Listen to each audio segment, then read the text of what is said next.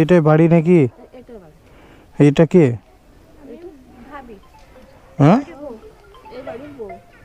ও আলাদা খায়, ও আলাদা, আমি কি ওনার ভাই। আপনার মেয়েটা নাই? না, কেউ নাই আপনার? কেউ না। যতক্ষণ আমি ছেলেরা আছে। আরে দেখে না কেন? এটা বাড়ি, এখানেই থাকেন? ও, আপনার ছেলে পেলে কোথায় থাকে? ছেলে থাকে ইয়াতে, ছেলের বিয়ে দিয়েছি, তা ওদেরই সংসার চলা মুশকিল। ও, ওকে দেখবে না, ওদের সংসার চলাবে। হ্যাঁ হ্যাঁ। দিয়ে এগুলো সব আপনাদেরই বাড়ি নাকি? না, আমার মায়ের জায়গায়। ও, তাহলে এই বাড়িতেই থাকি। মানে ওই বাড়িগুলো? ওই বাড়িটা হচ্ছে আমার ছেলের। ও, আমার মায়েরই জায়গাতেই আছে। হুম হুম। আমার জায়গা তো কিছুই নাই, আমাদের কাছে থাকে।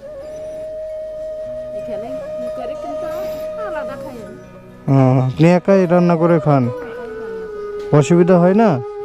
অসুবিধা হলে তো কিছু করার নাই।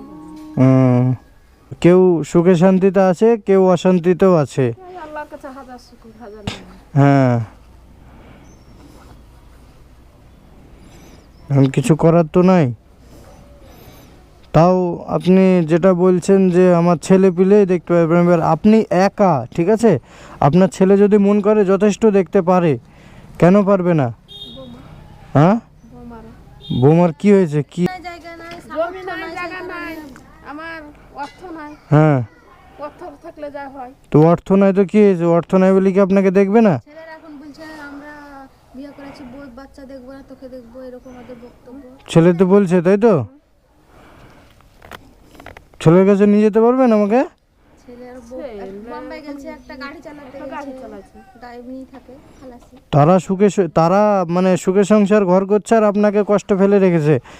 কি আজব বলেন তো, মানুষ কত মানে দুনিয়াতে কত ধরনের যে মানুষ হয় না, তা বলা যায় না, বুঝতে পেরেছেন তো? এবার আপনি বলছেন যে না আমার ছেলে পেলেও অসুবিধা। এবার ছেলে পেলে কি, আপনি কি সারাদিনে আপনি কত টাকা খেতে পারবেন বলেন? মাদেরকে ছেড়ে দিতে না, মা ভাত ভারী হয়ে বসেন, এখানে আসেন, কান্না করেন না। আমি কিন্তু আপনাকে চিনি না।